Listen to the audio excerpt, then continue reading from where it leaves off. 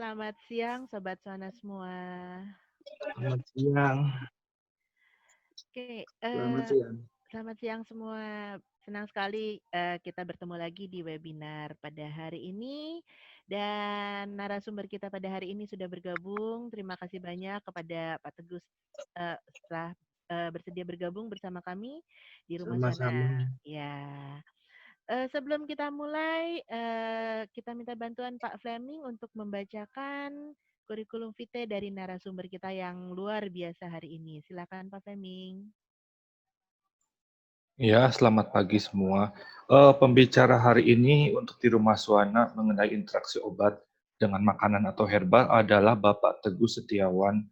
Beliau adalah dosen, juga apoteker penanggung jawab industri obat tradisional, juga sebagai praktisi pengobat tradisional herbal dan akupunturis, di mana beliau sudah banyak melakukan penelitian dan buku-bukunya juga sudah banyak sekali yang beliau tulis dan sudah diterbitkan.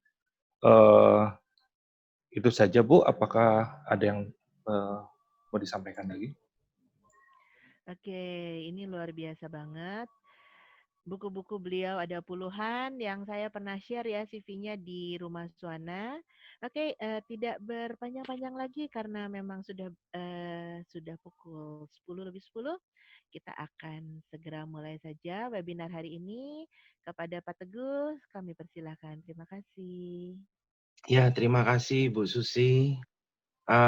Slide screen-nya bisa dimunculkan?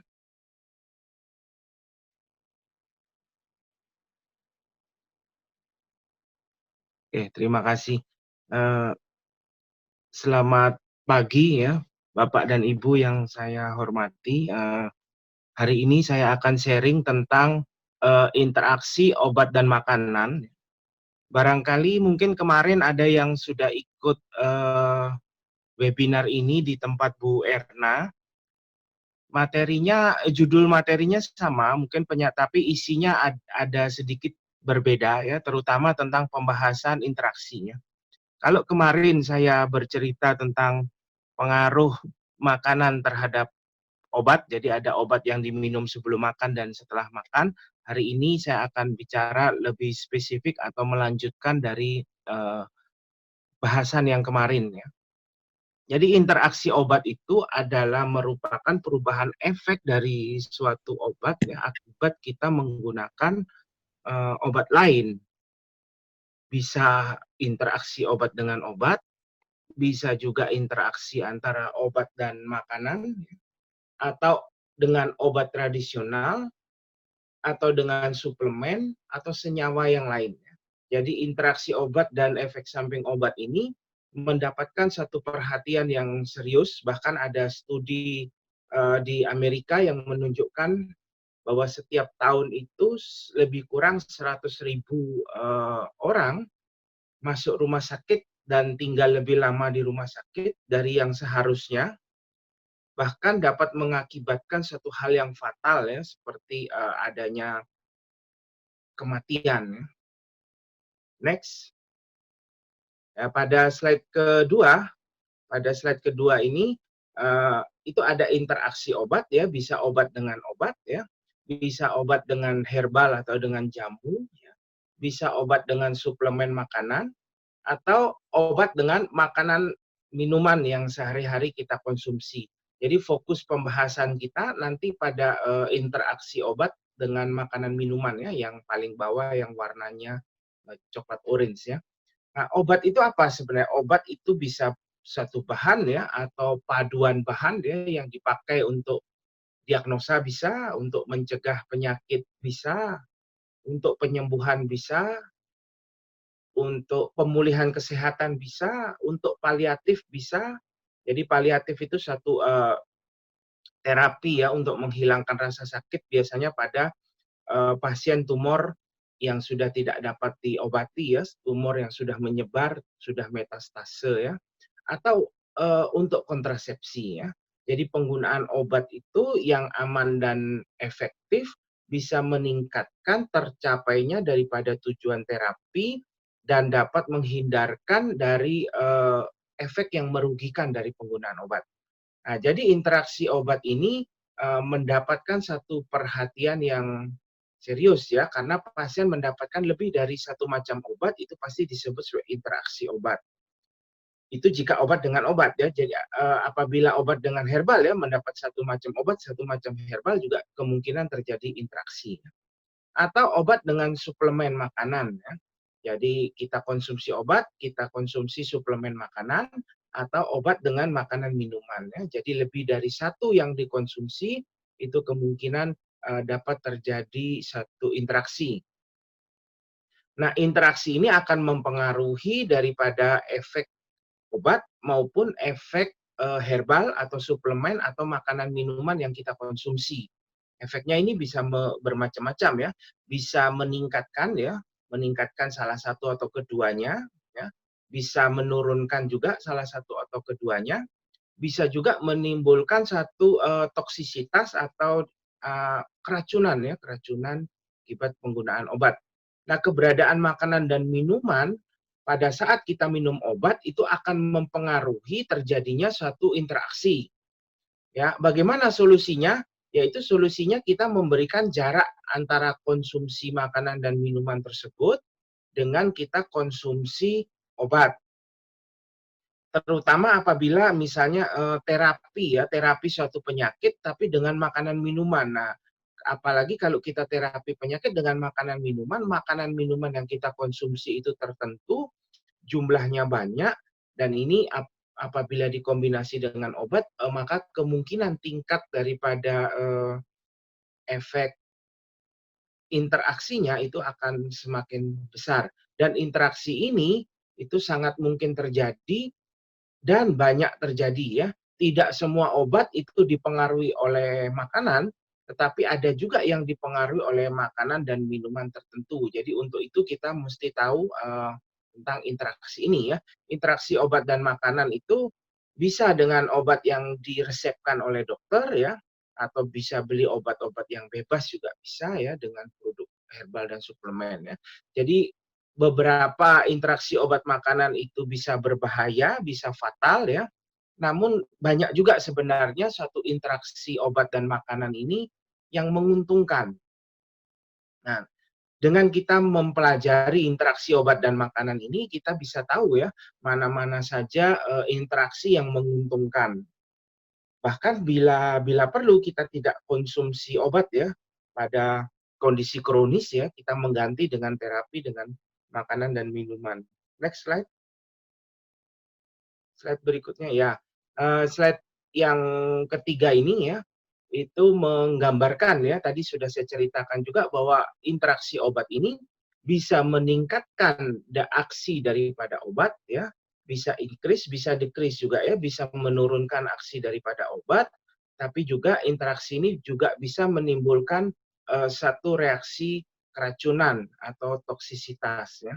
Nah, kalau meningkatkan ini juga meningkatkan dalam hal yang positif itu bisa mendukung pengobatan. Tetapi apabila meningkatnya itu menjadi luar biasa ya, dosisnya ada satu obat ya, apabila dikonsumsi dengan makanan tertentu misalnya, itu bisa meningkat sampai 30 kali lipat.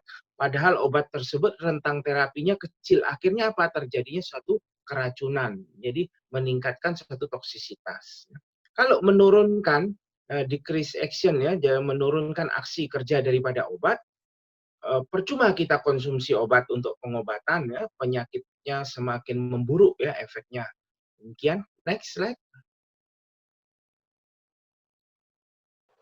Nah, berikutnya adalah interaksi obat dan makanan ya. Ini ada tipe interaksi obat dan makanan ini sebenarnya bisa antara makanan dan obat ya, bisa juga antara obat dan makanan ya. Jadi tergantung sudut pandang kita dalam memandang interaksi ya. Nanti ada di slide berikutnya ya.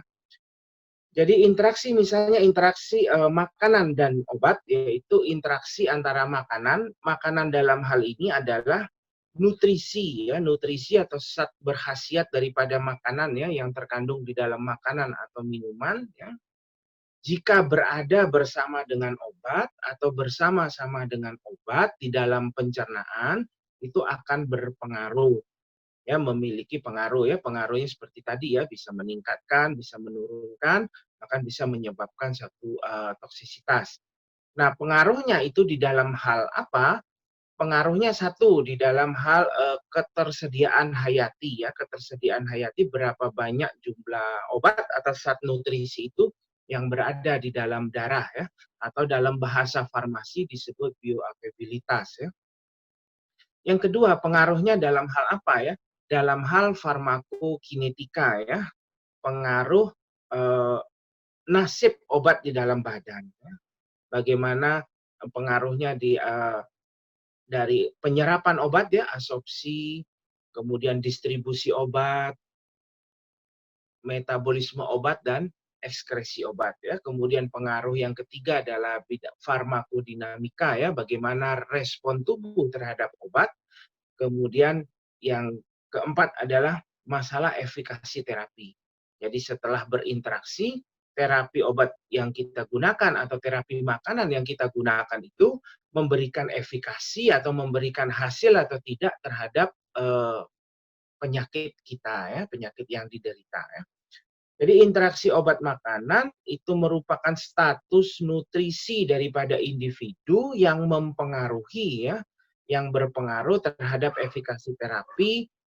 Kemudian ada atau tidaknya makanan atau nutrisi di dalam saluran pencernaan kita atau di dalam fisiologi tubuh ya, misalnya di dalam darah, itu bisa menyebabkan perubahan pada laju penyerapan obat, pada metabolisme obat.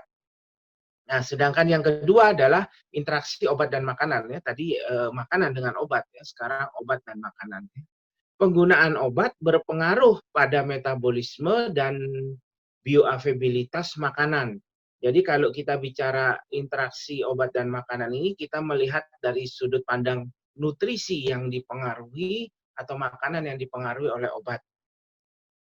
Nah, obat itu bisa mengubah ya persepsi rasa ya, kemudian penyerapan, metabolisme daripada nutrisi, bisa merubah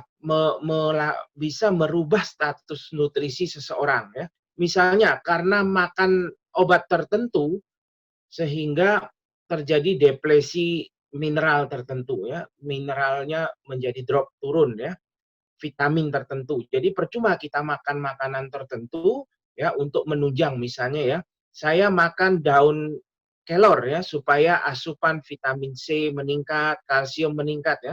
Tetapi saya konsumsi obat yang menyebabkan pengurangan nutrisi ya, berinteraksi dengan daun kelor tersebut. Ya. Misalnya gangguan berat badan juga ada ya. Jadi kita konsumsi obat kemudian dan makanan tertentu bisa menyebabkan gangguan berat badan misalnya. Itu juga bisa terjadi ya. Jadi interaksi obat dan makanan itu atau makanan dengan obat itu kita memandang sudut pandangnya dari mana ya. Next slide, ini adalah sudut pandangnya. Kita memandang interaksi ini dari sudut pandang yang mana. Yang pertama, interaksi makanan dan obat ya. Interaksi makanan dan obat ini kita memandang dari sudut pandang nutrisi di dalam makanan berpengaruh terhadap efikasi dari terapi obat. Nah, sedangkan interaksi obat dan makanan itu obat yang menyebabkan perubahan status nutrisi seseorang. Jadi ini ada yang bilang ini kan cuma bolak-balik ya, tetapi ini sebenarnya bukan bolak-balik ya. Ini kita melihat dari sudut pandang nutrisi, maka drug food interaction. Jadi kalau mata kuliah di ilmu gizi itu namanya drug food interaction ya, interaksi obat dan makanan. Tetapi kalau mata kuliah di Fakultas Kedokteran tentu namanya bukan drug food interaction ya, tetapi food drug interaction ya, karena obat yang akan berpengaruh ya.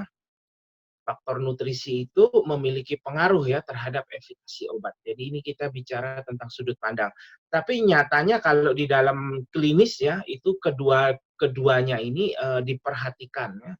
Baik interaksi obat dan makanan dengan obat ya. Pembagian ini hanya sudut pandang ini untuk memudahkan atau titik tangkap dalam kita mempelajari satu keilmuan. Next.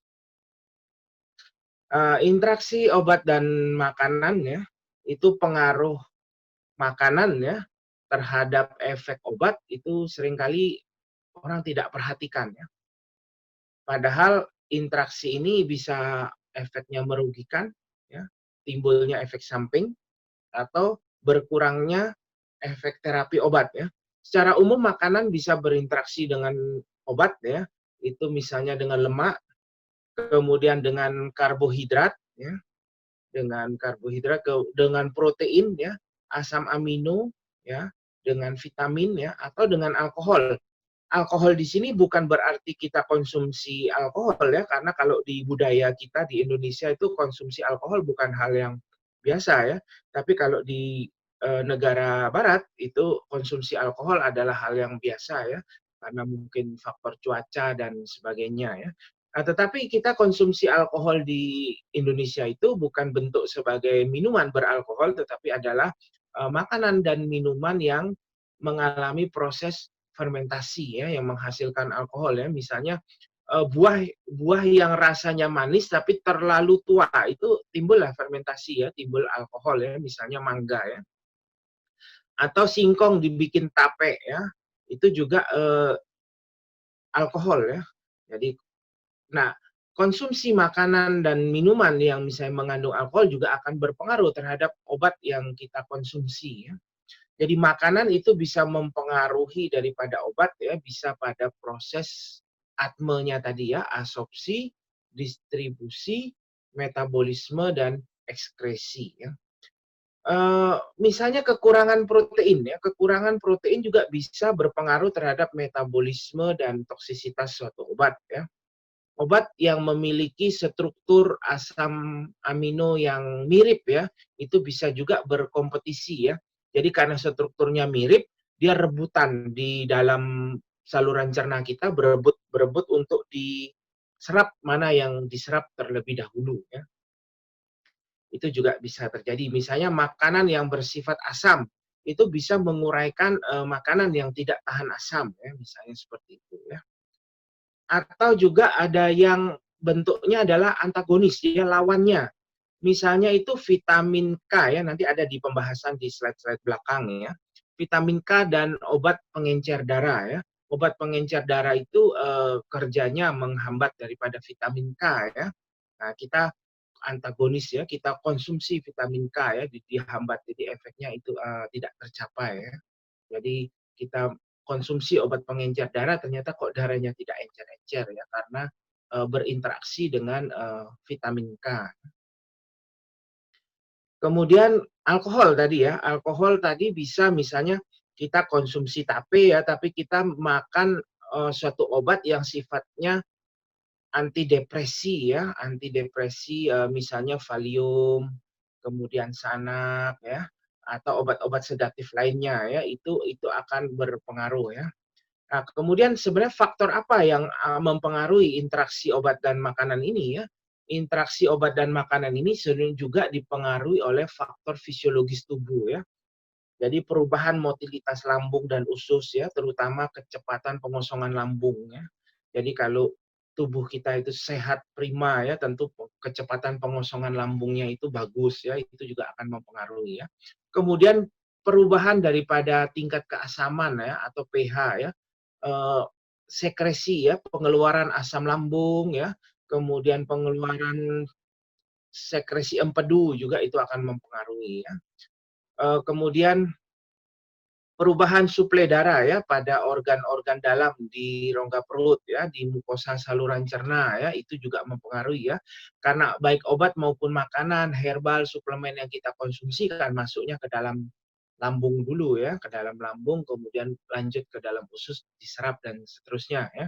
Nah, pada saat di dalam lambung ini suplai darah ya, kemudian mukosa ya, keberadaan mukosa atau silia di dalam lambung itu juga akan berpengaruh ya. Apabila kita sering konsumsi antibiotik ya, tidak pada tempatnya ya.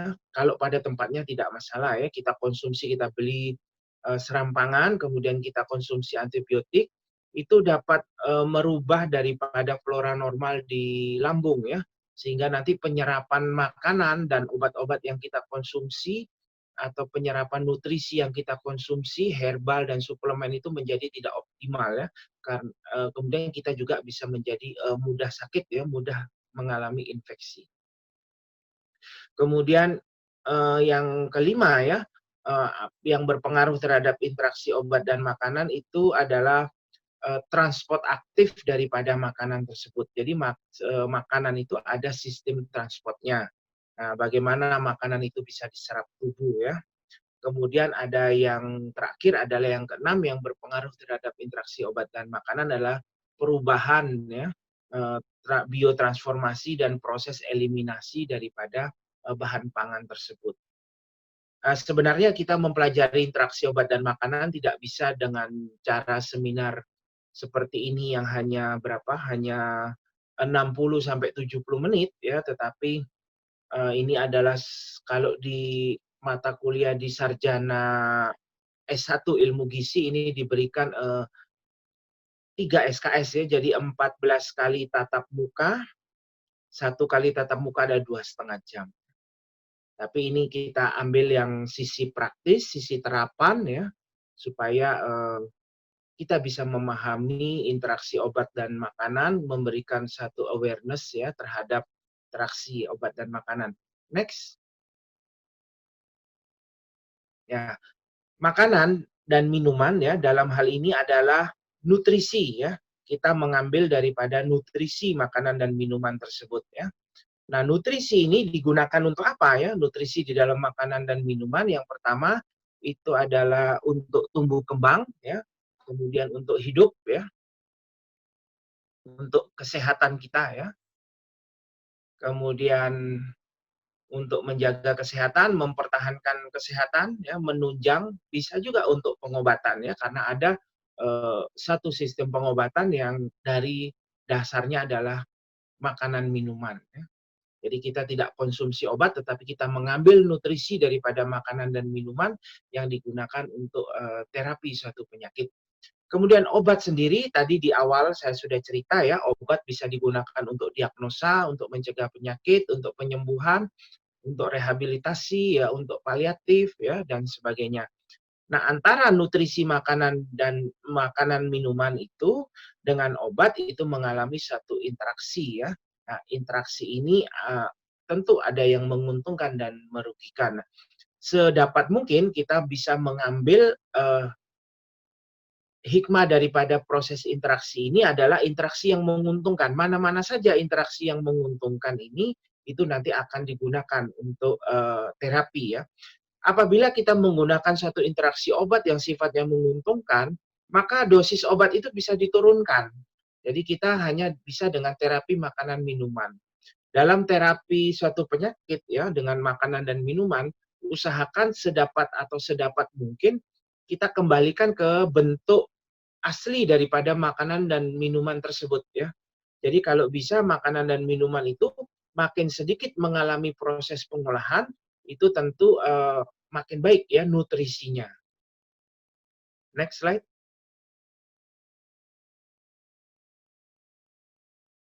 Ya, berikutnya ini adalah di dalam makanan dan minuman atau nutrisi itu ini juga sudah saya cerita sebenarnya tadi ya. Ada lemak, karbohidrat dan sebagainya ya. Ada banyak zat-zat yang dibutuhkan oleh tubuh ya. Itu di dalam makanan dan minuman itu kita konsumsi ya, masuk ke dalam mulut namanya peroral. Nah, di dalam tubuh kita ya, makanan dan minuman itu masuk, itu mengalami satu proses yang disebut dengan nutrikinetik ya. Kalau obat yang masuk ke dalam tubuh ya, nasib obat di dalam tubuh itu namanya itu disebut farmakokinetika ya. Farmakokinetika ya, farmakon itu artinya obat ya. Kalau nutrisi ya berarti adalah nutrikinetika. Prosesnya sama ya. Diserap dulu ya, diabsorpsi dulu ya. Nah, bagaimana cara absorpsinya ya? Tentu makanan tersebut kita makan kangkung ya, kangkungnya dihancurkan oleh tubuh ya. Nah, yang diserap kan bukan kangkungnya. Tapi kalau kita makan kangkung, keluar kangkung ya itu yang bermasalah. Berarti dia tidak mengalami satu penyerapan di dalam tubuh ya. Itu mungkin saja gangguan di lambung ya. Lambung tidak mampu melakukan proses absorpsi ya. tidak mampu melakukan disintegrasi ya, menghancurkan daripada si kangkung itu ya. Ada orang yang makan jagung keluar jagung ya, itu proses pencernaan yang tidak bagus ya, itu juga perlu diterapi ya. Itu salah satunya kebanyakan antibiotik juga bisa ya. Kemudian yang kedua ada proses distribusi ya, obat itu nutrisi itu didistribusikan ke seluruh tubuh ya, mana tubuh yang membutuhkan. Kemudian metabolisme ya, kemudian yang terakhir adalah dieliminasi, dibuang ya, sisa yang tidak cocok ya, itu tidak sesuai itu dibuang. Kemudian setelah mengalami proses nutrikinetik, baru nutrisi itu memiliki fungsi terhadap faal tubuh ya, punya khasiat atau punya manfaat ya.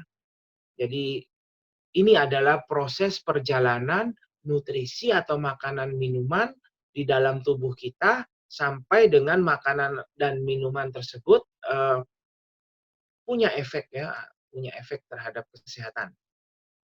Next. Ini interaksi obat ini tadi sudah ya, bisa merugikan, bisa menguntungkan. Ya. Next slide. Ini ya, sekarang fase ya, fase tadi juga sudah dibahas bahas sedikit ya. Fase dari interaksi obat dan makanan itu ada 3 fase ya. Farmasetik ya, farmasetik berarti makanan itu mempengaruhi pemecahan disintegrasi ya, pemecahan dan disolusi obat ya, penyerapan obat ya. Jadi adanya makanan tertentu itu berpengaruh terhadap pemecahan obat dan disolusi obat. Itu kalau dia berpengaruhnya di farmasetik ya.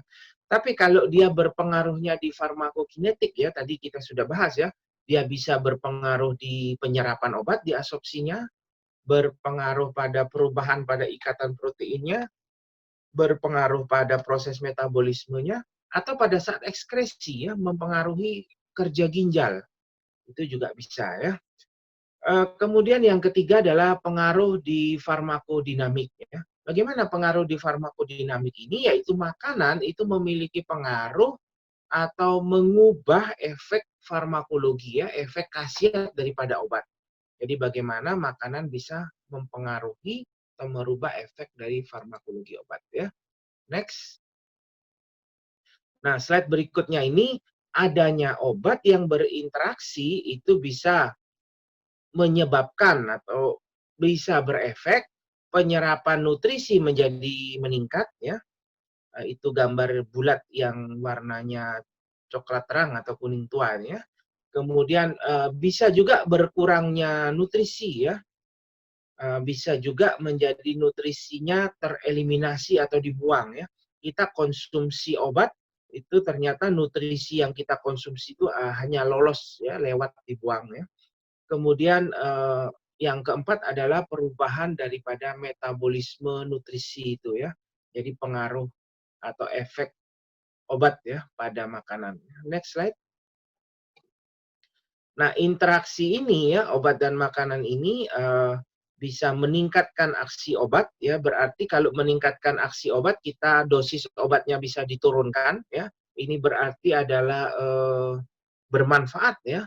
Bermanfaat, bisa mengurangi efek samping obat ya, karena obat kalau diberikan dalam dosis yang lebih besar, tentu juga efek samping yang ditimbulkan lebih besar. Kemudian bisa increase ya, bisa menurunkan, bisa meningkatkan ya, increase ya, ini meningkatkan ya, yang kalau yang meningkatkan berarti meningkatkan aksi obat, berarti obatnya dosisnya bisa diturunkan ya. Kalau mengurangi daripada decrease daripada action daripada obat itu, ini yang berbahaya ya, karena kita minum nutrisi kan diharapkan bekerja bersama-sama atau disebut bekerja secara sinergis. Tapi kalau justru menurunkan aksi daripada obat, ini yang berbahaya. Kemudian apabila increase-nya meningkatnya itu berpuluh kali lipat, itu akan menyebabkan efek samping. Efek samping juga bukan hanya dari meningkatnya yang berkali lipat, efek samping juga timbul karena satu interaksi kimia daripada obat dan nutrisi itu ya, menghasilkan satu reaksi baru menjadi suatu zat baru yang itu akan merusak tubuh ya. Biasanya arahnya adalah merusak fungsi hati ya, hepatotoksik ya, atau daripada merusak fungsi ginjal ya. Next slide. Gambar ini adalah gambar proses ya, proses makanan dan minuman termasuk dengan obat ya, yang kita konsumsi ya masuk ke dalam mulut ya, itu di sebelah kiri atas ya, obat dan buah dan sayur masuk ke dalam mulut ya, turun ke kerongkongan ya, masuk ke lambung usus ya, itu mengalami absorpsi, distribusi, metabolisme, ekskresi ya, itu di metabolisme di hati ya, hampir semua yang kita konsumsi secara oral itu metabolismenya di hati. Nah, pada saat proses metabolisme di hati inilah obat dan bahan fitokimikal ya, fitokimikal itu bahan dari nutrisi dari makanan dan minuman itulah berinteraksi. Nah, hasil daripada interaksinya ini kalau dilihat kurva yang di sebelah kanan bawah ini adalah kadar obat di dalam darah ya, kadar obat di dalam darah. Yang grafik yang paling atas yang warnanya biru yang paling atas ya, yang warnanya biru ini itu melewati garis horizontal titik-titik ya, garis putus-putus horizontal itu. Garis putus-putus horizontal itu adalah garis maksimum toksisitas. Jadi kalau obat itu melewati daripada garis horizontal putus-putus itu, obat itu sudah mengalami toksisitas atau racun ya. Karena gambar yang biru ini adalah melewati horizontal MTC ya, maximum toxicity concentration, berarti itu adalah menyebabkan efek samping ya, atau menyebabkan suatu reaksi yang fatal. Yang kita harapkan adalah yang merah yang tengah itu ya. Di antara garis horizontal putus-putus yang bawah, yaitu minimum effective concentration, yaitu adalah konsentrasi obat minimum yang berefek. Kalau kurva yang di bawah yang warnanya hijau itu, obat itu tidak ada khasiat ya, tidak ada efeknya. Kita konsumsi obat atau kita konsumsi nutrisi juga sama ya, tidak ada khasiat ya. Sama dengan begini, saya ingin mengambil vitamin K daripada pisang ya, vitamin K daripada pisang. Tetapi saya konsumsi pisang itu kan hanya 1/100 dari satu biji pisang itu saya bagi 100, kemudian saya konsumsi satu slice ya. Itu ya tentu suplementasi vitamin K, suplementasi kalium ya di dalam pisang itu tidak terjadi ya, karena ini ya, karena di bawah minimum effective concentration. Yang kita harapkan adalah yang grafik yang warnanya merah itu ya, yang warnanya merah itu adalah di tengah-tengah ya, antara minimum effective concentration dan garis horizontal yang di atas adalah maksimum toxicity ya. Jadi melewati minimum dan tidak lewat ke maksimum ya. Itu adalah satu reaksi yang kita harapkan, reaksi yang disebut sebagai therapeutic range ya, itu rentang terapi ya. Suatu obat ya, kalau rentang terapinya besar itu berarti jaraknya ya, jarak antara garis horizontal putus-putus yang bawah dan yang atas itu lebar. Tapi kalau jaraknya makin sempit itu makin berbahaya ya. Contohnya ya, ada satu obat ya, obat jantung ya, atau obat epilepsi ya, kalau yang sejawat apoteker atau dokter itu tentu paham ya, phenytoin ya, phenytoin itu obat epilepsi ya, antikonvulsi. Itu sangat berbahaya sekali ya. Minum 1 itu kejangnya berkurang ya. Minum 2 atau 3 masuk rumah sakit ya. Minum 4 itu pindah alam ya. Jadi ini rentang terapinya kecil. Tapi beda dengan obat misalnya Panadol ya, atau paracetamol ya. Minum 1 sakit kepala hilang, minum 2 enggak masalah, sakit kepala hilang, minum 3, minum 4, minum 10 ya, itu baru kerusakan hati ya. Nanti minum 25 atau 50 itu baru pindah alam ya. Jadi beda, tiap obat itu tentu beda-beda ya. Next. Nah, ini adalah 5 hal ya yang sering sekali berinteraksi ya, atau yang banyak memiliki interaksi ya. Yang pertama adalah kalsium dengan antibiotik ya. Jadi antibiotik ya seperti halnya tetrasiklin ya, super tetra ya, nama dagang yang terkenal adalah super tetra.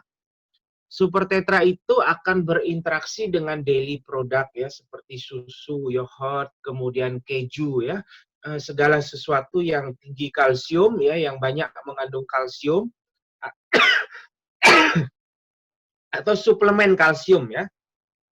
Suplemen kalsium itu apabila berinteraksi dengan antibiotika ya, dengan antibiotika itu golongan tetrasiklin ini penyerapannya tidak efektif ya, karena kalsium akan dengan tetrasiklin akan membentuk satu kompleks chelat ya yang tidak bisa diabsorpsi oleh tubuh ya. Jadi percuma kita konsumsi tetrasiklin ya, percuma juga kita konsumsi kalsiumnya, yang ada hanya memperberat daripada kerja ginjal dan hati ya. Tubuh tidak bisa efektif dalam menyerap antibiotik ya, karena ada kandungan daripada kalsium. Yang kedua, tiramin ya. Tiramin ini apa? Tiramin itu suatu asam amino tirosin ya. Jadi asam amino, jika asam amino tiramin ini berlebihan, itu menyebabkan daripada sakit kepala ya. Nah, tiramin itu ditemukan pada makanan dan minuman yang mengandung tinggi protein ya. Misalnya makanan yang diasinkan juga bisa ya, tiraminnya tinggi, makanan yang difermentasi juga bisa, tiraminnya tinggi, atau buah yang terlalu masak juga bisa ya, tiraminnya tinggi ya. Difermentasi itu kecap ya, tempe ya, fermentasi ya, daging asap, keju, teri ya, ikan asin ya, itu alkohol, coklat, itu tiraminnya tinggi ya. Kemudian itu apabila diberikan dengan obat MAO inhibitor ya, monoamin oksidase inhibitor ya. Nah, apa obat monoamin oksidase inhibitor ini? Ya, obat-obat monoamin, apabila kita mengkonsumsi obat-obat golongan monoamin inhibitor itu bisa menyebabkan tekanan darah tinggi ya. Jadi obat monoamin inhibitor ini adalah obat antidepresi ya. Jadi kalau kita minum obat antidepresi, kemudian kita konsumsi daripada tiramin, itu efeknya adalah menimbulkan satu tekanan darah tinggi ya. Contoh obat monoamin inhibitor itu adalah phenelsin ya, kemudian isokarboksasid ya, itu adalah beberapa obat. Jenis obat yang saya sebutkan ini adalah generic name. Jadi nanti kalau Bapak Ibu misalnya dapat obat itu dari dokter, itu biasanya obatnya adalah nama paten ya. Jadi dari generic name ini bisa dicari nama patennya, atau dari nama paten bisa dicari generic name-nya. Jadi misalnya contohnya adalah paracetamol, itu adalah nama generiknya. Panadol itu adalah nama paten atau nama dagangnya ya. Jadi kalau Bapak Ibu dapat Panadol ya bisa lihat di internet Panadol mengandung apa. Nah, monoamin oksidase inhibitor ini adalah phenelsin ya, isokarboksosid, tranilsipromil juga bisa ya. Itu adalah menyebabkan darah tinggi ya. Kemudian yang berikutnya ya, vitamin K dan warfarin ya. Vitamin K dan warfarin ini kalau dikonsumsi itu efek warfarin enggak bisa ini ya, enggak bisa, tidak tercapai ya warfarin ini untuk anti pembekuan darah ya. Jadi misalnya setelah operasi pasang ring dan sebagainya dikonsumsi warfarin ya. Apabila kita konsumsi vitamin K maka efek obat warfarin ini akan menjadi menurun ya. Vitamin K bisa juga kita suplementasi ya dalam bentuk suplemen vitamin K yang kita konsumsi. Tapi vitamin K juga bisa dalam bentuk makanan yang kita konsumsi yang mengandung vitamin K. Vitamin K banyak ditemui pada sayur mayur yang berdaun hijau ya, seperti bayam, kale ya, brokoli, kangkung ya, sawi ya. Tapi yang tidak berdaun hijau juga ada ya vitamin K, contoh sawi, lobak, kubis ya. Buah-buahan ya. Buah-buahan itu bisa yang mengandung vitamin K itu bisa apokat ya, kiwi ya, delima, anggur ya, itu mengandung vitamin K ya. Buah ara juga, tapi buah ara enggak ada ya di sini ya. Kemudian vitamin K juga ada di beberapa ikan ya, daging, hati ya, kuning telur. Tapi jumlah vitamin K di dalam hewani jauh lebih sedikit ya, lebih banyak vitamin K di mana? Di sayur mayur ya, dan buah-buahan. Jadi warfarin itu bekerja menghambat vitamin K. Vitamin K itu berkaitan dengan proses pembekuan darah. Nah, kalau kita konsumsi vitamin K dan warfarin ya otomatis si warfarinnya itu untuk pengencer darah ya. Nah, otomatis efek darahnya nggak bisa encer ya. Warfarin adalah obat antikoagulan ya. Itu menghambat kerja vitamin K ya, bekerja mengurangi protein ya untuk proses pembekuan darah. Memang ada yang komplain ya, bilang gini, kan tidak semua proses pembekuan darah itu diganggu oleh warfarin ya, tetapi ada faktor-faktor lain ya, tetapi ini harus diperhatikan karena adanya vitamin K juga akan memiliki pengaruh. Kemudian yang berikutnya ya, yang ketiga, yang keempat ya, alkohol dan stimulan ya. Alkohol yang dimaksudkan di sini tadi sudah saya jelaskan bisa dalam bentuk minuman yang memang mengandung alkohol, tetapi atau produk pengolahan ya yang menghasilkan alkohol ya, bisa tape ya, atau produk-produk fermentasi lainnya atau buah yang terlalu masak ya. Itu apabila kita konsumsi alkohol, kita harus menghindari ya obat-obat yang bersifat stimulan ya, atau bahkan ya semua obat ya tidak lazim kita konsumsi makan obat dengan alkohol ya, karena efeknya apa? Dapat menyebabkan suatu efek hepatotoksik ya, kerusakan pada fungsi hati ya, bisa melemahnya koordinasi tubuh ya, bisa pingsan, bisa keracunan ya, macam-macam ya. Alkohol dengan obat antidepresan ya, itu juga bisa ya, antidepresan, obat penenang ya, golongan benzodiazepin ya. Seperti contohnya adalah Valium ya, diazepam ya, Xanax, alprazolam ya, itu obat penenang ya. Itu bisa efeknya sakit kepala ya.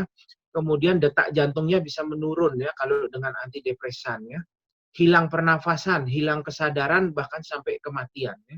Kalau dengan stimulan bisa efeknya adalah hepatotoksik ya, merusak fungsi hati ya, dan ginjal juga ya. Kemudian yang kelima ya, grapefruit ya. Grapefruit ini suatu jeruk ya, sebenarnya suatu jeruk ya. Itu perkawinan silang antara jeruk Bali dan jeruk apa ya, saya lupa ya, jeruk siam atau jeruk apa ya. Jadi dia ini rasanya asam sedikit manis, ada pahitnya ya. Warna daging buah daripada si jeruk ini adalah kemerahan ya. Jeruk ini kalau di luar itu sangat lazim ya dibuat jus ya, vitamin C ya, vitamin C-nya tinggi ya. Ada jeruk apa ya, jeruk siam atau jeruk apa ya, ini perkawinan silang ya, perkawinan silang dengan tidak sengaja ya. Awalnya saya bingung, grapefruit ini saya kira buah anggur, ternyata bukan ya, bukan buah anggur. Obat kolesterol itu golongan statin ya. Golongan statin ini yang belakangnya ada statin-statinnya ya, misalnya simvastatin ya, lovastatin itu berpengaruh ya, memiliki apa namanya interaksi dengan grapefruit ini ya. Kemudian tetapi ada golongan statin yang lain ya, itu resikonya rendah ya. Jadi yang beresiko tinggi itu adalah simvastatin dan lovastatin. Tapi yang resikonya rendah misalnya pravastatin atau rosuvastatin ya. Itu adalah resikonya rendah terhadap grapefruit ini ya. Nah, interaksi obat ya itu sebenarnya spesifik untuk obat tertentu ya, bukan untuk golongan obat ya. Tetapi kalau kita sudah tahu ada golongan obat tertentu yang berinteraksi, itu meningkatkan awareness kita ya. Suatu obat ya bisa bekerja dengan baik itu kalau zat aktifnya bisa masuk ke aliran darah ya, dibantu protein untuk pemecahan pengangkutan dari zat aktif tersebut.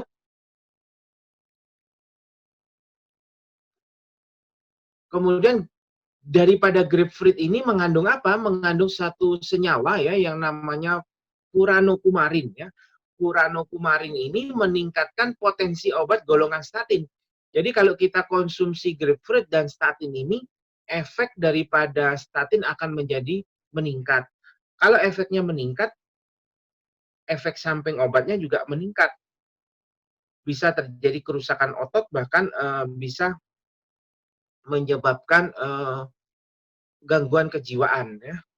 mengalami gangguan kejiwaan halusinasi ya, linglung ya. Kemudian resiko interaksi ini cukup lama ya, bisa sampai 3 hari ya. Karena apa? Obat statin ini juga kita minumnya kan konsumsinya sehari hanya sekali ya. Jadi durasi kerja obatnya panjang. Apabila kita konsumsi dengan grapefruit ini, maka durasi obat dan efek samping obat itu menjadi lebih panjang karena dosis statin itu akan meningkat di dalam tubuh ya. Statin akan berinteraksi dengan furanokumarin yang terdapat pada grapefruit ya. Ini untuk grapefruit ya. Sebenarnya grapefruit ini juga banyak berinteraksi dengan obat-obat lain ya. Bahkan ada suatu penelitian yang menyebutkan grapefruit ini jus grapefruit ini berinteraksi dengan lebih dari 150 macam obat. Dan kalau mungkin ya, grapefruit ini adalah satu minuman yang sehari-hari dikonsumsi ya. Kalau di Indonesia itu apa-apa, makan apa, yuk minumnya teh ya, es teh gitu ya.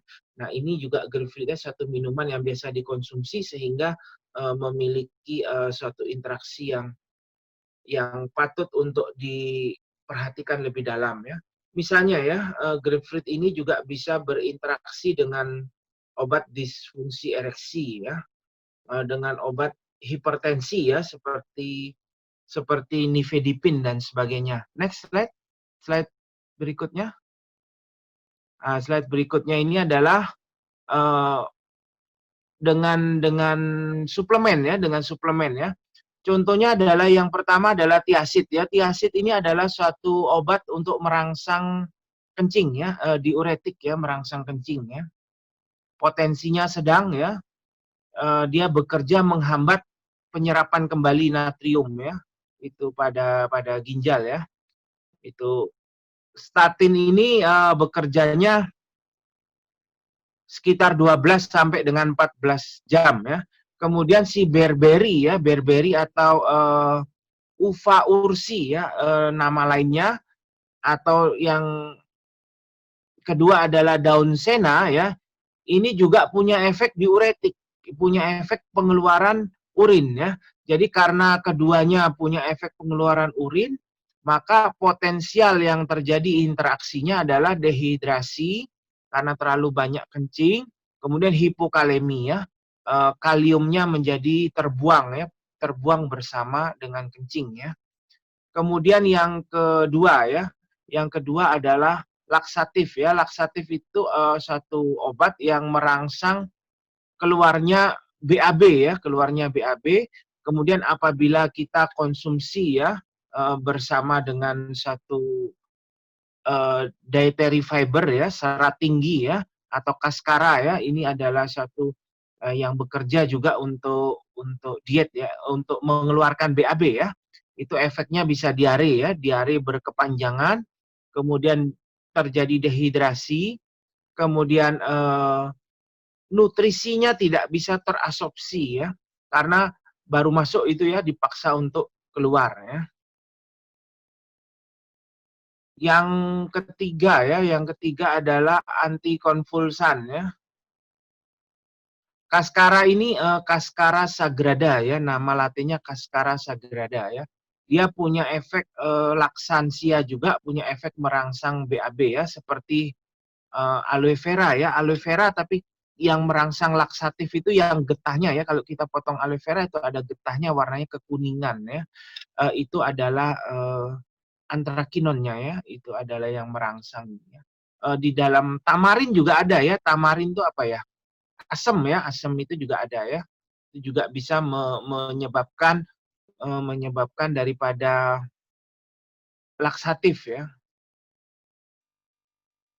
obat antikonvulsan ya dan asam folat itu bisa mengganggu ya menurunnya efektivitas daripada antikonvulsannya ya. Jadi anti kejang itu ya, itu bisa menurunkan efeknya ya karena ini adalah bersifat antagonis ya, bersifat berlawanan. Antikonvulsan digunakan untuk mengembalikan kestabilan rangsangan saraf ya, mencegah kejang ya, selain mengatasi kejang untuk nyeri ya, untuk gangguan neuropati, untuk pasien bipolar juga ya. Ini penggunaan daripada antikonvulsan ya. Antikonvulsan itu macam-macam ya. Uh, jenisnya ya, ada yang golongan barbiturat ya, ada yang golongan GABA dan sebagainya. Ini hampir semua antikonvulsan ini akan berinteraksi dengan asam folat. Nah, kemudian asam folat ini ya, asam folat ini selain berinteraksi dengan antikonvulsan, itu juga bisa berinteraksi dengan aspirin. Aspirin mungkin antikonvulsan jarang kita pakai ya, tapi aspirin kan sering dipakai ya. Aspirin dan asam folat itu bisa menurunkan kadar asam folat ya, karena bisa mengganggu pencegahan penyerapan ya asam folat pada saluran cerna ya. Kemudian yang berikutnya adalah antikoagulan. Ya, antikoagulan. Antikoagulan itu anti pembekuan darah ya. Ini dipakai untuk menghambat pembekuan darah ya supaya tidak mudah beku ya. Tadi contohnya adalah warfarin tadi ya. Bisa juga apixaban ya. Dabigratan, eteksilat itu juga adalah obat-obat anti pembekuan darah ya. Vitamin E itu bisa memperlambat pembekuan darah ya. Jadi kalau konsumsi dengan vitamin E ya, itu memperlambat pembekuan darah, antikoagulan juga adalah menghambat pembekuan darah. Efeknya apa? Pendarahan terus ya. Menjadi darahnya terlalu encer ya, mudah pendarahan ya. Sedangkan vitamin K sudah dibahas ya, vitamin K akan menurunkan kerja daripada obat anti pembekuan darah ya. Jadi efeknya menjadi netral ya. Bawang putih ya, itu ada garlic ya, bawang putih ya. Bawang putih itu di dalam minyak atsirinya itu mengandung satu senyawa yang namanya adalah alisin dan ajoine ya. Nah, si alisin dan ajoine ini itu berperan sebagai antikoagulan ya. Jadi apabila dikonsumsi bersama dengan antikoagulan, efeknya adalah excessive bleeding ya. Sedangkan bawang putih itu bisa bau itu karena senyawa alisinnya, karena ada senyawa alisin ya. Ada satu pabrik obat tradisional ya, punya kapsul bawang putih di mana bawang putihnya itu dinyatakan tidak berbau ya, karena kenapa menjadi bawang putihnya tidak berbau? Karena senyawa alisin dari bawang putih itu yang dibuang ya, sehingga tidak bau ya. Kemudian jahe punya aktivitas antiplatelet juga ya. Ginkgo biloba juga bisa menghambat pembekuan darah ya. Itu jadi konsumsi ini adalah bisa menyebabkan excessive bleeding ya apabila dikonsumsi bersama antikoagulan ya. Hanya vitamin K yang efeknya adalah antagonis ya. Berikutnya adalah methotrexat ya. Methotrexat itu bisa sebagai anti kanker, anti inflamasi, bisa juga sebagai imunosupresi pada pasien dengan rheumatoid arthritis ya. Itu apabila dikonsumsi bersama senyawa folat juga itu dapat suplementasi folat ya, dapat menyebabkan pertumbuhan daripada sel kanker. Berikutnya adalah monoamin oksidase. Tadi sudah ya, monoamin oksidase tadi itu adalah satu obat antidepresi ya. Antidepresi apabila dikonsumsi bersama dengan efedra ya. Efedra itu efedrin ya. Kalau diisolasi menjadi suatu obat yang namanya efedrin dari suatu tumbuhan yang namanya Ephedra sinica ya. Kalau di dalam Chinese medicine itu disebut sebagai mahwang ya, mahwang, obat diaforetik ya, digunakan untuk merangsang pengeluaran keringat, yaitu mahwang itu juga efedrin ya. Apabila dikonsumsi dengan MAO inhibitor ya, obat-obat antidepresi ya, misalnya phenelsin ya, isokarboksasid tadi itu bisa menyebabkan daripada peningkatan tekanan darah dan kerusakan daripada liver ya.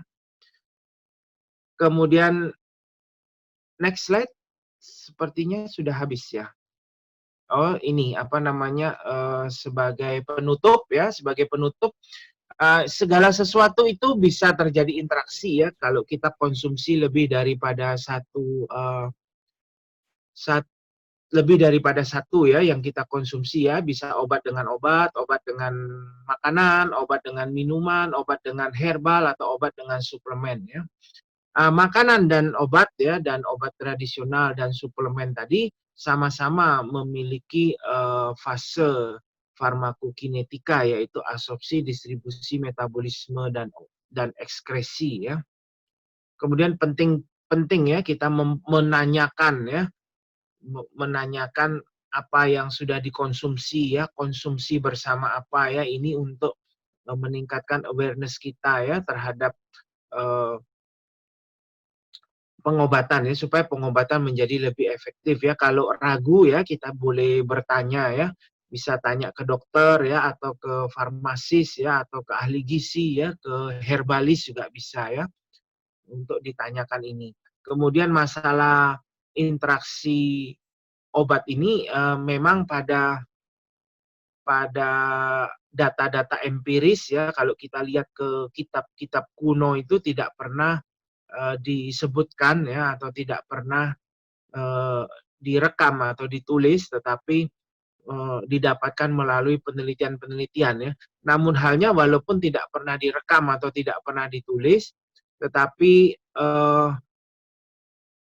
mereka sepertinya tahu karena tidak pernah mencampur misalnya sesama ramuan ya, sesama ramuan herbal atau sesama makanan, itu tidak ada datanya ya. Sebagai contoh ini ya, meniran itu punya efek meningkatkan daya tahan tubuh. Jinten hitam juga punya efek meningkatkan daya tahan tubuh. Tidak ada literatur kuno yang menyebutkan untuk mendapatkan efek daya tahan tubuh yang makin baik, marilah kita mencampur meniran dan jinten hitam. Tidak ada satupun. Nah, hari ini dilakukan penelitian ya, pada masa ini dilakukan penelitian antara jinten hitam dan meniran, ternyata apabila kedua zat imunostimulan tersebut apabila di mix atau dikombinasikan, itu dapat menyebabkan hepatotoksik ya, kerusakan daripada fungsi hati. Nah, hal-hal seperti ini ya kita dapatkan melalui penelitian-penelitian. Next. Sepertinya otak kita sudah penuh, jadi cukup sekian saya akhiri. Terima kasih, saya kembalikan ke moderator. Oke, terima kasih banyak Pak Teguh, luar biasa banget. Karena hari ini hari Jumat, jadi acaranya akan kita tutup di jam 11.30 ya. Jadi kita hanya punya waktu 25 menit untuk tanya jawab. Baik, tapi sebelum kita masuk ke sesi tanya jawab, saya mau buat foto bersama. Boleh dibuka semua videonya? Kita foto dulu. Karena takutnya nanti ada yang Jumatan terus sudah hilang.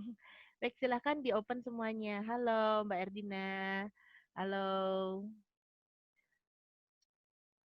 Halo Bu Lani. Halo Bu Erna. Halo. Sampai bertemu lagi. Halo. Oke, Bu Nining. Yuk silahkan yang lainnya dibuka. Hari ini kita ada 56 partisipan. Ada Bu Pinpin belum dibuka, Bu? Oke. Iya, kalau sudah suruh buka langsung dipakai dulu semua kerudungnya. Oke, siap. Oh, halo Michelle. Ini Michelle anak Lia ya? Oke. Ya, kita foto bersama ya, karena ini ada 4 halaman, jadi kita akan foto bersama 4 kali ya. Oke, 1, 2, 3.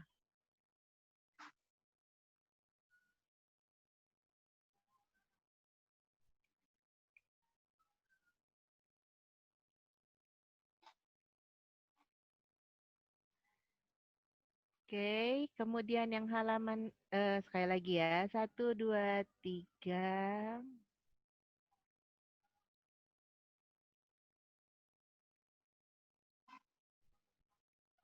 Oke, halaman yang berikutnya. 1, 2, 3. Oke, yang halaman berikutnya nggak pada buka nih. Oke, kemudian halaman berikutnya lagi.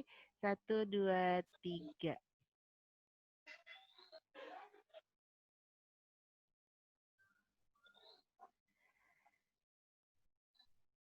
Oke.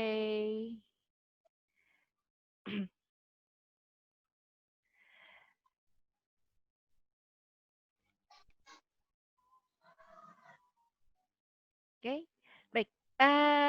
Pak Teguh, sebelum kita masuk ke pertanyaan yang lain, saya mau Ya, tanya nih, yang paling umum yang ditanya orang. Kalau tadi melihat semua interaksi menyeramkan juga ya, ternyata ada kemungkinan toksik sampai yang paling sering itu kena toksik itu hepar ya, yang bisa ya, menyebabkan sirosis dan sebagainya ya Pak ya. iya. Nah, eee, dulu tuh orang selalu bilang kalau mau makan obat dengan minum vitamin harus diselisihkan, setengah jam. Nah, sebetulnya, betul nggak tuh? Ya, jadi begini, kalau kita konsumsi obat diselisihkan sebenarnya bukan setengah jam ya, 1 jam, 1 jam. Itu adalah kita menunggu proses pengosongan lambung ya. Pengosongan lambung itu lebih kurang antara 45 menit sampai dengan 1 jam. Ya, karena dia tidak tahu berinteraksi atau tidak daripada ya kita jeda waktu antara konsumsi satu dengan yang lainnya. Tapi kalau kita tahu bahwa interaksi itu menguntungkan, ya enggak apa-apa kita konsumsi bersama-sama.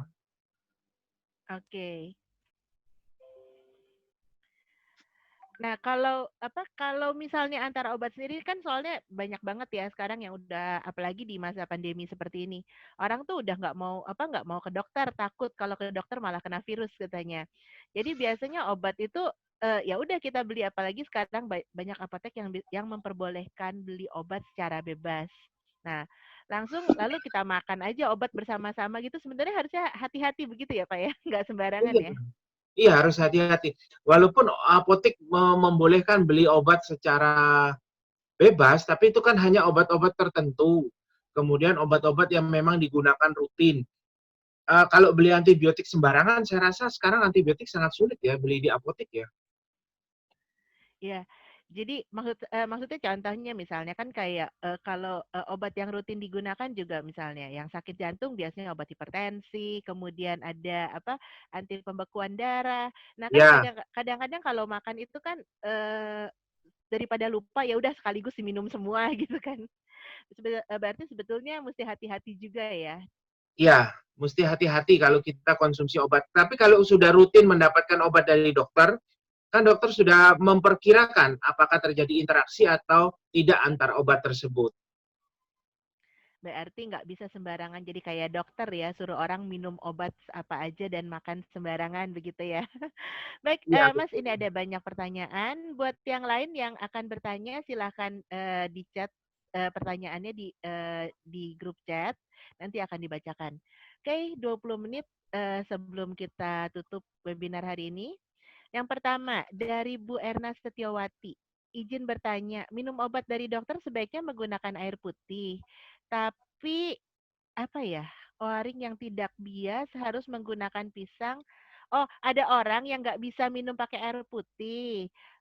Makannya harus pakai pisang atau pepaya. Apakah ada efek penyerapan dari obat tersebut?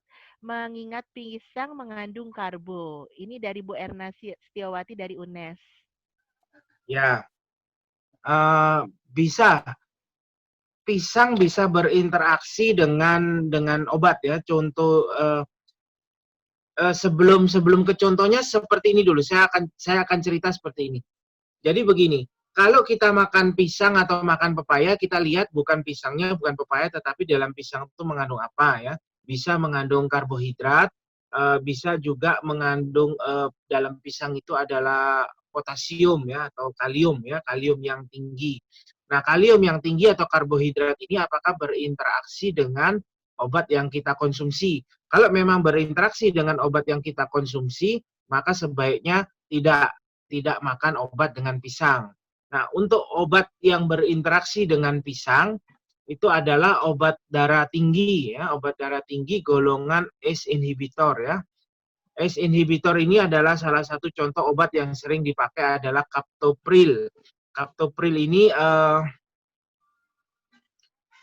punya efek samping yaitu batuk kering ya. Jadi ciri-cirinya orang yang pakai konsumsi obat captopril ini terjadi batuk kering. Nah, kalau konsumsi pisang dengan captopril ini interaksinya dapat terjadi gangguan irama jantung ya, menjadi berdebar-debar ya, menjadi palpitasi ya.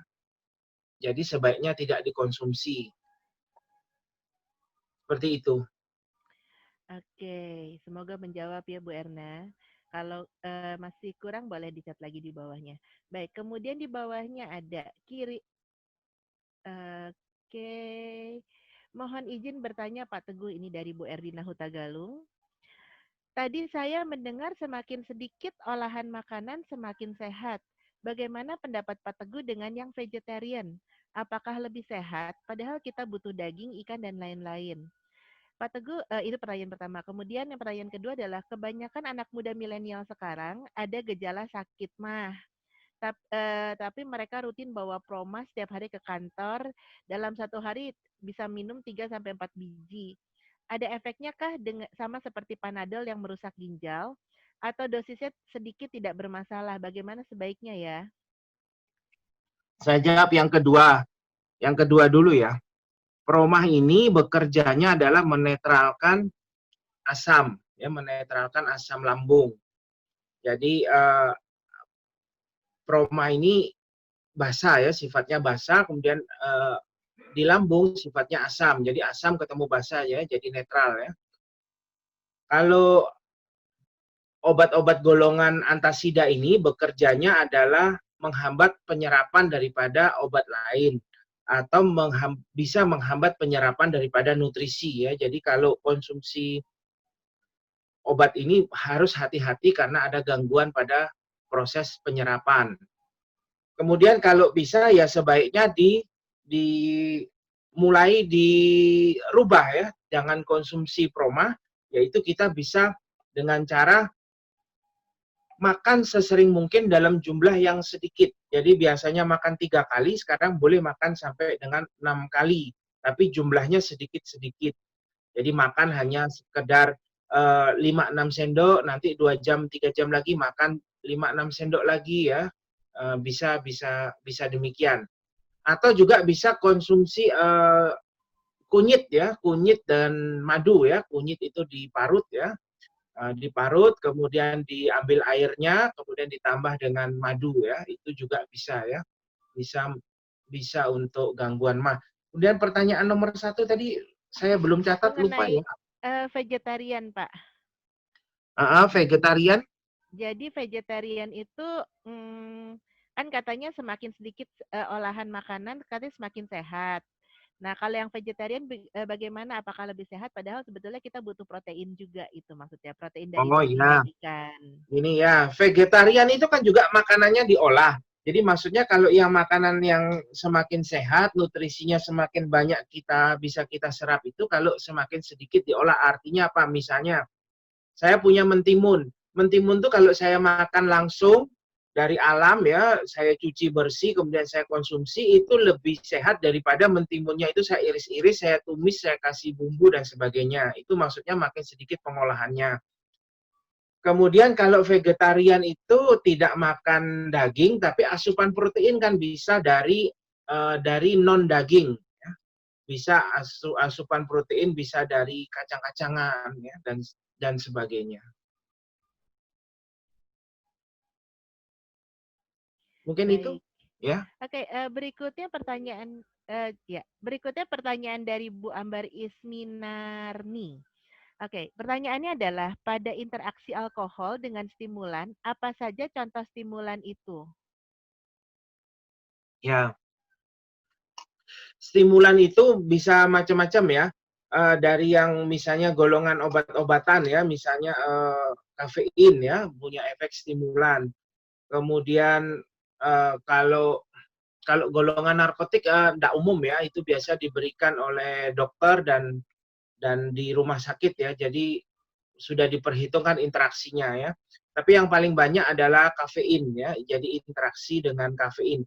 Jadi kafein itu bisa bentuk kafein suplementasi kafein, bisa juga dalam bentuk makanan dan minuman yang mengandung kafein ya. Misalnya adalah dari kopi ya, teh, kemudian dari coklat, itu dengan alkohol bisa punya efek memperberat atau meningkatkan toksisitas.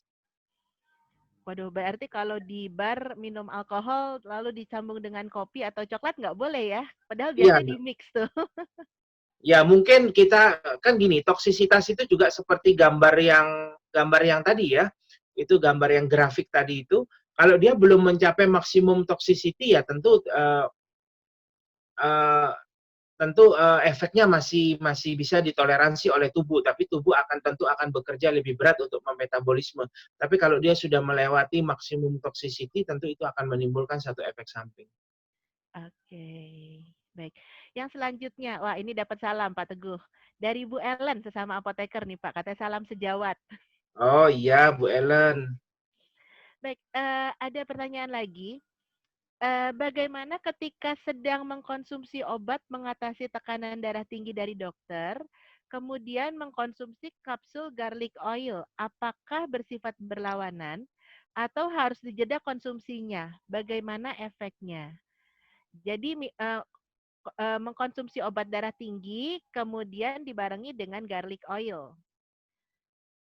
Ya, jadi begini ya, garlic itu juga punya efek antihipertensi, bisa menurunkan tekanan darah. Obat antihipertensi juga punya efek menurunkan tekanan darah.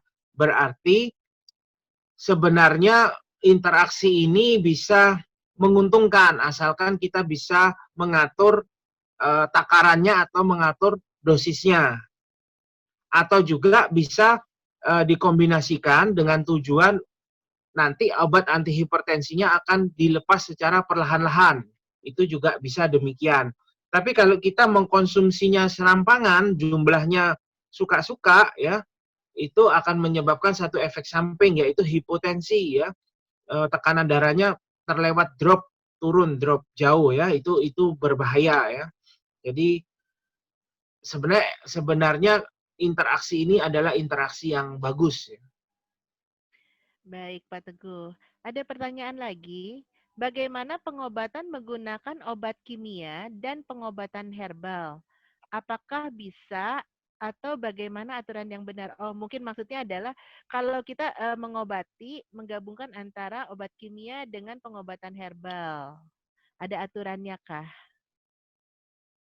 Ya, jadi begini, secara umum ya, obat kimia dan obat herbal kalau diresepkan oleh dokter, tentu dokter sudah memperkirakan atau mempertimbangkan efek interaksi yang terjadi. Apabila obat herbal kita konsumsi sendiri, itu kita harus mencari tahu apakah obat herbal tersebut itu memiliki interaksi yang signifikan atau interaksi yang berbahaya dengan obat kimia. Nah, kita bisa bertanya kepada siapa? Kepada dokter yang merawat. Bisa bertanya kepada herbalis atau bertanya kepada apoteker pada saat kita beli obat.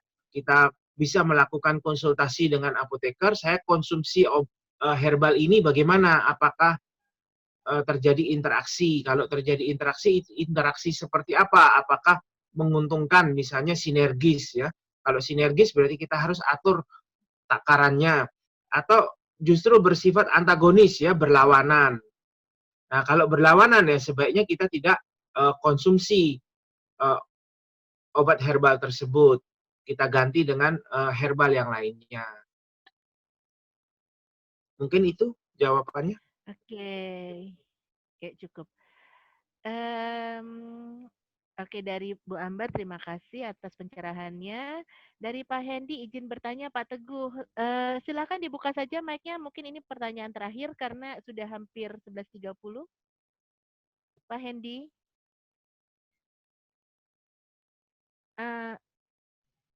Baik, halo Bu.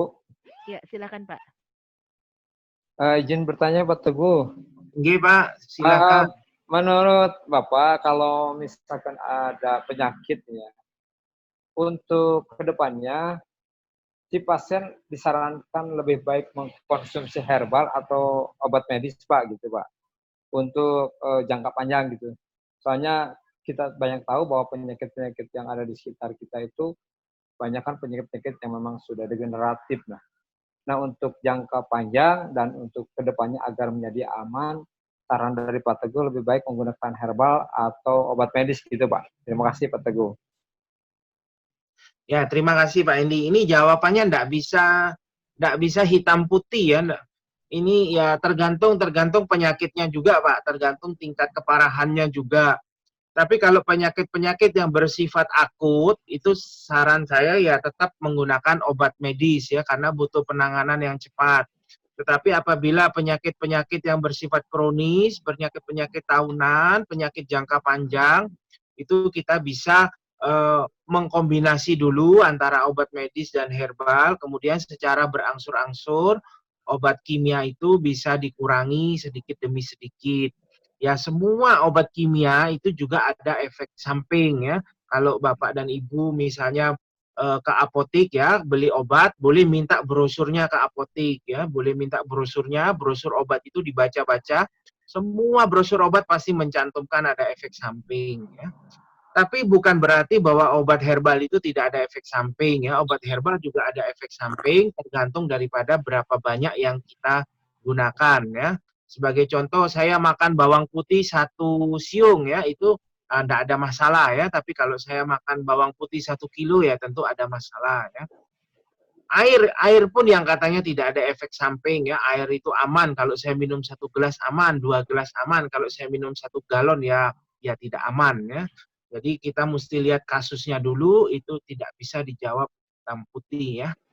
Mungkin seperti itu Pak, kalau misalnya mau berkonsultasi lebih lanjut, boleh, itu ada nomor email dan nomor WA yang bisa di WA ya. Mungkin kalau barangkali kalau telepon itu saya telepon pagi baru saya respon malam ya, atau telepon siang baru saya respon sore, tapi kalau WA itu pasti saya respon. Ya, Mas Teguh juga nanti kita add di Rumah Suana ya. Jadi kalau untuk pertanyaan-pertanyaan yang lain, silahkan nanti bisa di-chat di Rumah Suana. Semoga Pak Teguh ini bersedia untuk menjawab gitu ya Pak ya. Ya, terima kasih. Saya Oke, usahakan kalau saya bisa tahu jawabannya pasti dijawab. siap. Bapak Ibu, Pak Teguh ini juga merupakan seorang penulis di bidang kesehatan yang amat sangat produktif. Ya, jadi waktu kapan ini saya pernah kirim CV-nya, itu ada buku-buku Pak Teguh yang luar biasa banget. Nanti saya share lagi. Nah, mungkin untuk penambahan ilmu nggak ada salahnya mungkin buku-buku Pak Teguh bisa dibaca ya. Saya barusan pesan ini yang katanya materi anak SMA ya Pak ya. Iya, SMK. Farmakognosi 1 2, kemudian tadi apa ya? Ramuan ya. Tanaman obat Indonesia seri Tanaman obat. 1 dan 2. Kemudian tanaman berkhasiat obat volume 1 dan 2. Iya. Pokoknya kalau saya sama Pak Teguh ini kalau minta dikirimin buku itu langsung satu tumpuk dah. Banyak banget dan memang Pak Teguh ini luar biasa banget. Beliau rajin banget membaca dan rajin menulis dan produktif sekali. Baik, Bapak Ibu mungkin karena waktu sudah semakin mendekati pukul 11.30, kita akan akhiri webinar hari ini. Jangan lupa kita akan bertemu lagi di webinar Rumah Suana hari Jumat depan jam 2 dengan materinya adalah Introduction to Kinesiology. Ya, jadi kita belajar mengenai touch therapy atau pijat secara kinesiologi. Nah, itu yang akan materi webinar Jumat depan jam 2 siang. Stay tune, jangan lupa, jangan sampai tertinggal. Untuk materi hari ini nanti akan kita share seperti biasa, akan kita share di Rumah Suana. Dan juga untuk pertanyaan-pertanyaan yang lain masih bisa kita diskusikan di WhatsApp grup Rumah Suana. Bagi yang belum bergabung, yang sudah mendaftar hari ini dan bersedia di-add di Rumah Suana, setelah webinar ini akan kita add.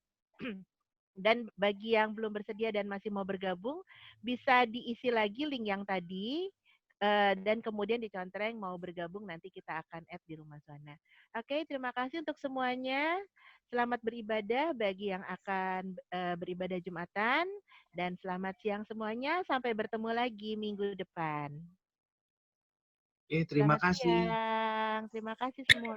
Terima kasih ilmunya. Sukses, Panarma.